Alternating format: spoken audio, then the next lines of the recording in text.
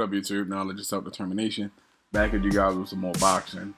So I want to go ahead and do my my official pre-fight breakdown of Adrian Broner and Mikey Garcia. I'm gonna do it in 3 different segments. First I'll do it in first segment will be how will the fight look if both fighters come in mentally and physically 100% ready to give their all.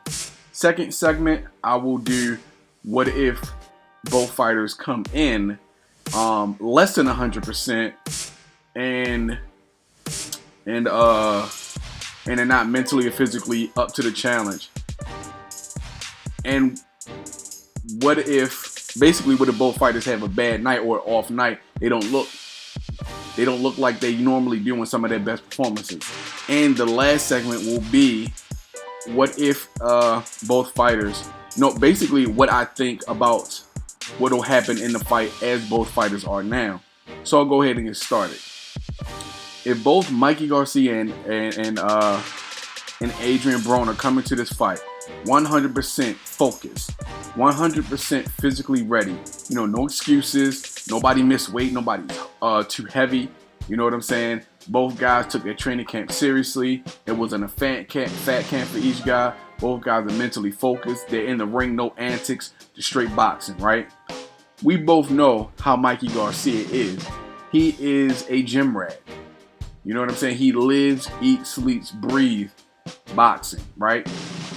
Now, Adrian Broner's in Colorado training, right? Away from all the distractions and so on and so forth. So he says, really putting in work. Both these guys come in. Mikey Garcia is a tactician. He's a technician. He is fundamentally sound, technically sound. Mikey Garcia has good footwork. He has good lateral movement. He's not one of those bouncing around on the tips of his toes type guy. But Mikey Garcia uses the ring well. He turns on angles well. Mikey Garcia has power in both hands. He's an excellent counterpuncher. He has good defense and good head movement and upper body movement. And although he is a bit judicious with his punch output, Mikey Garcia is consistent. He's steady. He keeps a steady pace. And he has some dog in him. If Mikey Garcia thinks has you hurt, he will jump on you with controlled aggression. Adrian Broner now. Adrian Broner comes in 100% focused, ready. Adrian Broner has blistering hand speed. Adrian Broner is strong and he has good pop behind his punches, which may show up in 140 pounds. Adrian Broner is very athletic. If Adrian Broner uses his athleticism to the best of his ability, he will be moving around the ring, turning those corners, cutting on angles, you know what I'm saying? Not standing straight up, using the Philly shove / shoulder roll as it was intended to be used. Not just, to deflect punches with your shoulder, but to have his right hand up, protecting the left side of his chin as he goes into the roll. Because the shoulder roll, depending on who uses it and how well they are with it, for the most part, is susceptible to a steady, strong, consistent jab from an orthodox fighter.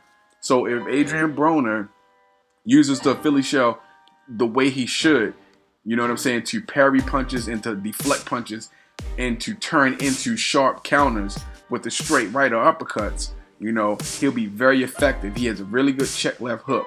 You know what I'm saying? And Adrian Broner also, he switches up the speed of his punches. So if he used that a lot, if Adrian Broner threw more feints as well, if he goes into this fight doing that, this is going to be a technical chess match to the highest degree and possibly even get fought out to a draw. Because Adrian Broner is tougher than people believe he is and gives him credit for, but Mikey Garcia is also tougher than people give him credit or may think he will be against Adrian Broner. Now, if both fighters come in less than themselves, mentally unprepared or quite possibly physically unprepared, right? Adrian Broner blows up in weight when he's not training, when he's not in the gym, when he doesn't have a fight. He blows up in weight. I don't know if Adrian Broner smokes. I don't believe he does. I haven't heard anything or any reports on Adrian Broner smoking.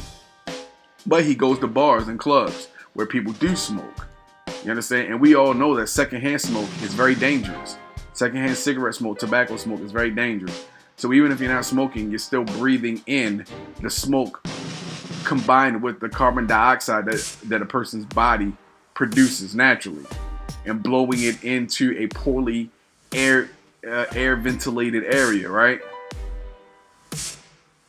And he drinks alcohol. Alcohol messes up your kidneys and your liver, because those are the two organs in your body that filters the bloodstream and things of that nature. It has something to do with filtration in your bloodstream. So they're compromised. He eats garbage when he's not in the gym, and what you put into your body, you get out of your body.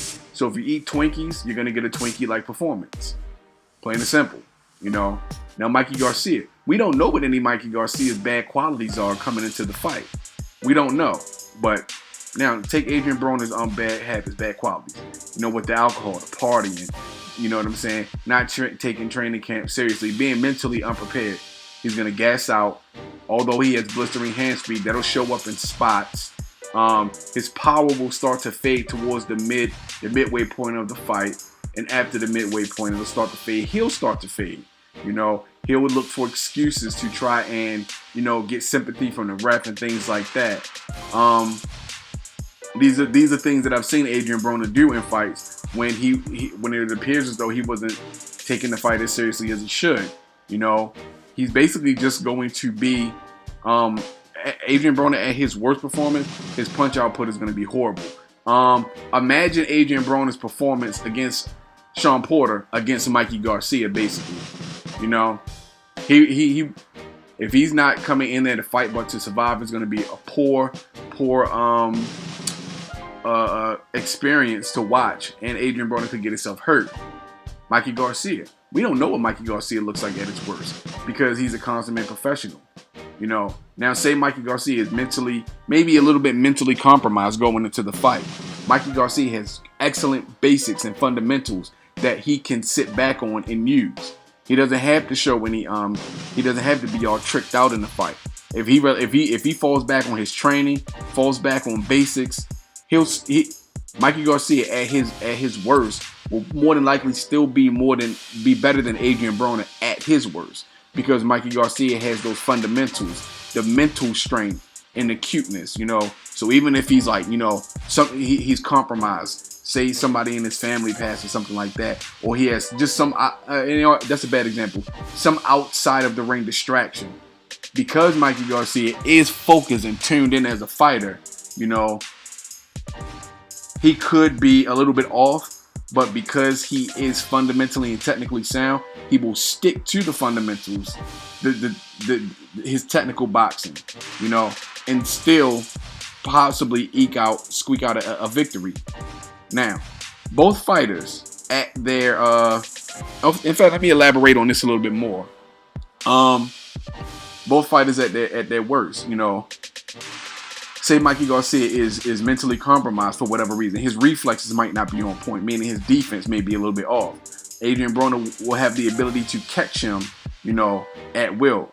Mikey Garcia isn't coming forward because, you know, again, he's not at his best. So he's not pressing the action and being consistent with his punches like we normally see Mikey Garcia working behind his jab.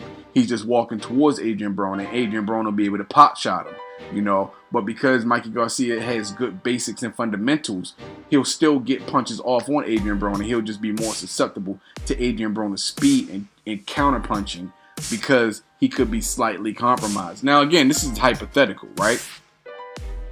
So it would still be a back and forth fight. It would still be a back and forth fight, but I would edge Mikey Garcia. See, the first one I said I could see fighting to a draw if they're both 100%. Second fight, I see Mikey Garcia, you know, kind of, you know what? I can say I can kind of see Mikey Garcia, you know, kind of squeaking it out, but because Adrian Broner has won when he hasn't looked at his best, except at 147. At 140, he could possibly beat Mikey Garcia because Adrian Broner is accustomed to not fighting at his full potential. Mikey Garcia, I don't believe, is accustomed to that. And while it'll still be a back and forth seesaw fight, you know, and another thing also, if Mikey Garcia isn't 100%, he's not going to be as active as he normally is, you know, working behind his jab and coming forward with good punch placement, because Mikey Garcia is very accurate, you know, and turning on angles and things like that.